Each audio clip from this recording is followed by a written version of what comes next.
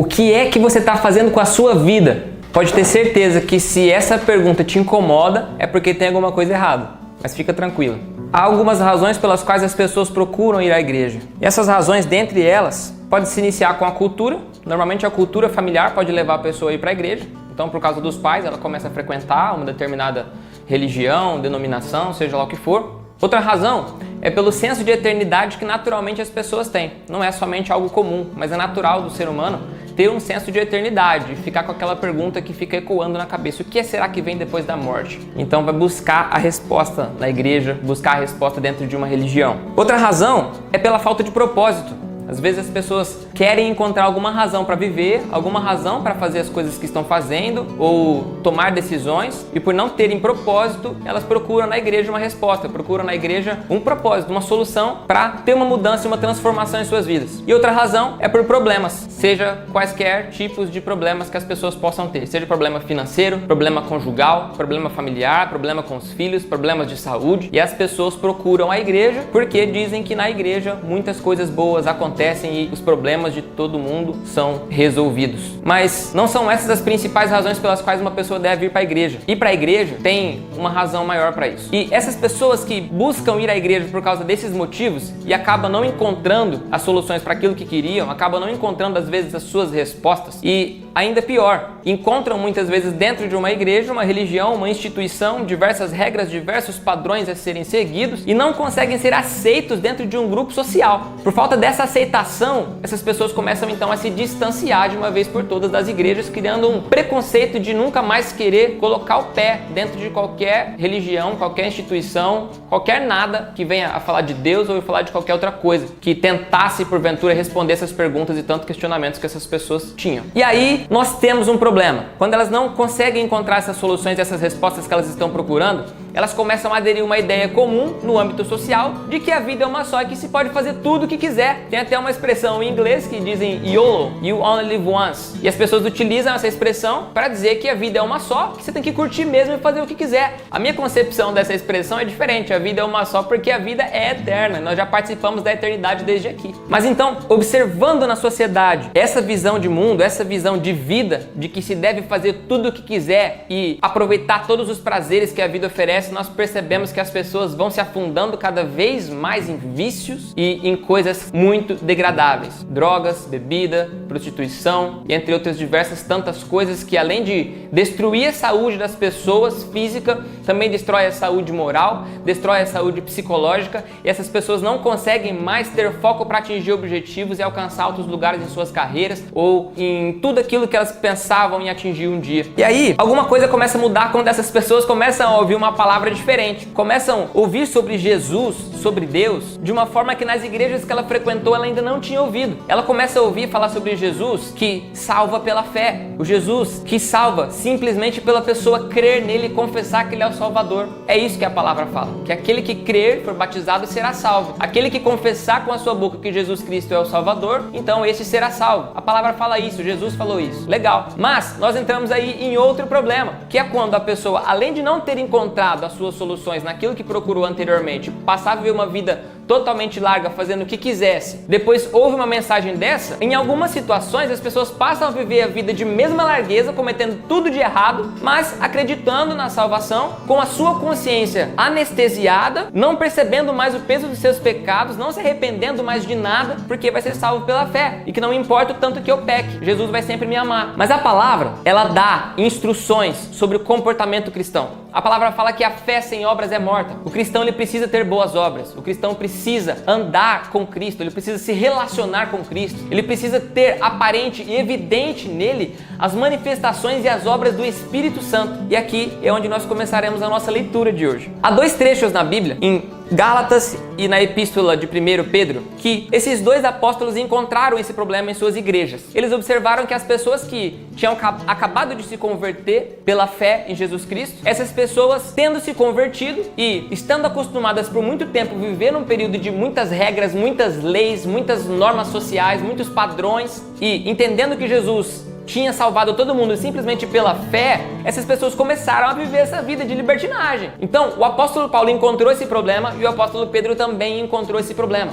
Então, os dois trechos bíblicos que eu vou citar são duas expressões muito semelhantes, quase que idênticas, que os dois disseram em partes diferentes para pessoas diferentes que começaram a ter o mesmo tipo de comportamento.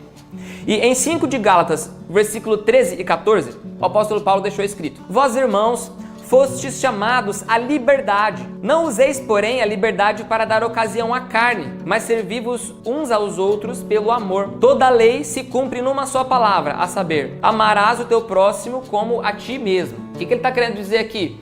Não é porque você foi salvo pela fé, não é porque Jesus te amou, independente da situação que você estava quando você creu nele, que a sua vida tem que continuar sendo um lixo. Você não é para ser um lixo. Jesus não te salvou para continuar você a ter esses hábitos que são reprovados por todos que estão à sua volta.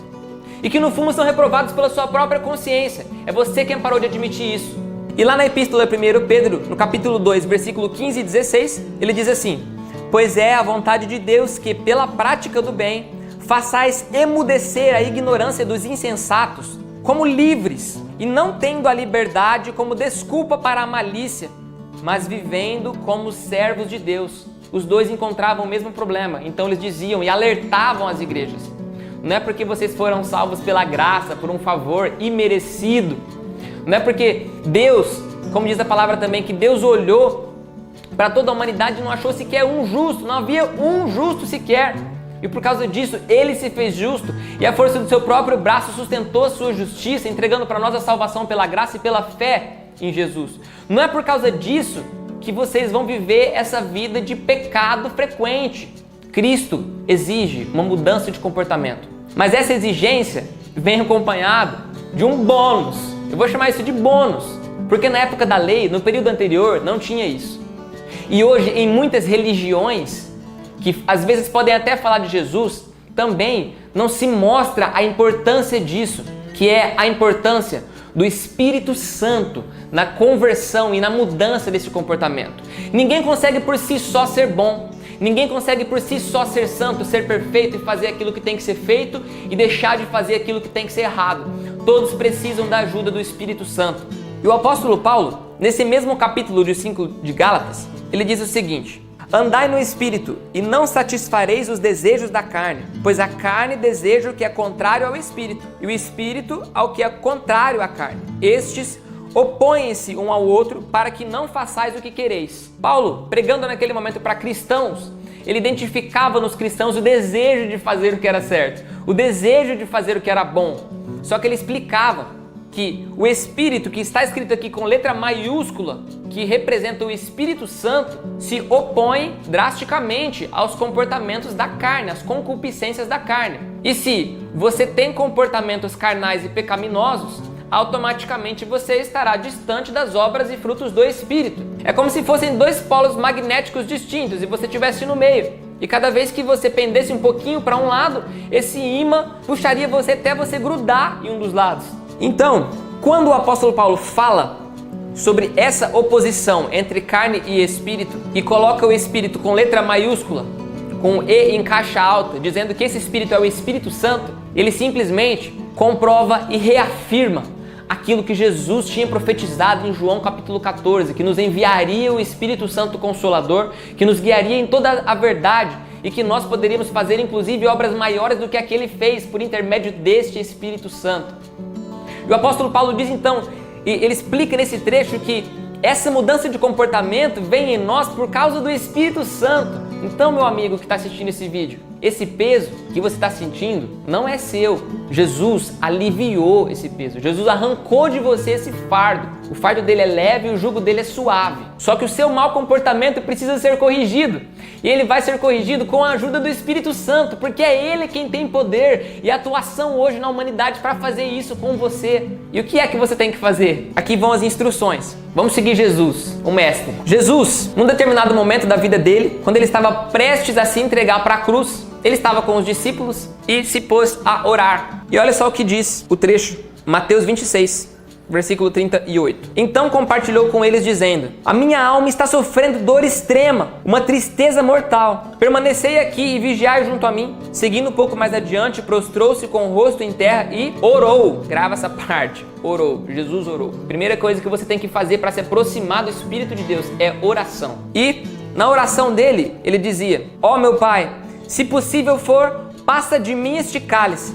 Contudo, não seja como eu desejo, mas sim como tu queres. Meu amigo, se Jesus orou e disse para a vontade de Deus Pai ser feita ao invés da dele, quem você pensa que é para orar para Deus pedindo tudo que você quer, achando que ele é seu empregado para te atender? Não é assim que funciona. Então essa oração, ela tem um princípio básico, que é orar respeitando a vontade de Deus. Então, prosseguindo na leitura. Mas, ao retornar à presença dos seus discípulos, os encontrou dormindo e questionou a Pedro: e então, não pudestes vigiar comigo durante uma só hora? Vigiai e orai, para que não caiais em tentação. O espírito, com certeza, está preparado, mas a carne é fraca. Lembra da oposição da carne com o espírito? Se você está no espírito, você está preparado. Mas se você está na carne, a carne é fraca, ela vai ser tendenciosa ao pecado e a te manter nessa vida de escravidão que você vem vivendo. E o que mais? Em Mateus 4, quando Jesus foi ser tentado pelo diabo, pensa que a nossa guerra hoje, isso está escrito em Efésios 6, você pode ler lá. A nossa guerra hoje é contra as hostes espirituais da maldade. Então, quando você luta para se desvencilhar de algum mau comportamento que você tem, você não está lutando simplesmente contra os seus desejos. Você também está lutando contra as hostes espirituais da maldade que querem te influenciar para o mal. E Jesus, logo no início da missão dele, depois que ele se batiza, a palavra fala em Mateus 4 que então foi conduzido Jesus pelo Espírito Santo ao deserto para ser tentado pelo diabo. E tendo jejuado 40 dias e 40 noites depois teve fome. Jesus, o Filho de Deus, para ser tentado pelo diabo, ele se pôs em jejum. É ele quem ensinava a respeito da oração e é ele mesmo quem dava o exemplo do jejum. Prosseguindo. E chegando-se a ele o tentador, disse: se tu és o Filho de Deus, manda que estas pedras se tornem em pães. Ele, porém, respondendo, disse: está escrito, nem só de pão viverá o homem, mas de toda a palavra que sai da boca de Deus. E por 3 vezes o diabo tenta ele e por 3 vezes ele se defende com a força da palavra, porque Jesus, além de ser o Filho de Deus, era também conhecedor da palavra, tinha conhecimento das escrituras que já haviam naquela época. Você, como uma pessoa que quer mudar de comportamento, o primeiro passo, creia em Jesus, ore, jejue e seja um conhecedor da palavra. Se você não quer fazer isso sozinho, você pode contar com a nossa ajuda, inclusive. E entre tantas outras pessoas que podem estar ao seu redor esperando que você se aproxime de Deus novamente. E é por causa dessa passagem, é por causa desse trecho da tentação de Jesus, que lá em Tiago 4, versículo 7, está escrito assim: sujeitai-vos a Deus, resiste ao diabo e ele fugirá de vós. Então, o que Deus quer para você é a transformação da sua vida, é a transformação do seu comportamento, é uma família feliz, é uma consciência limpa, é uma consciência pura, é uma consciência conectada com a consciência de Cristo. Essa é a mensagem de hoje. Meu nome é Thiago Chaves. Se inscreva no canal e compartilhe com seus amigos. Um abraço!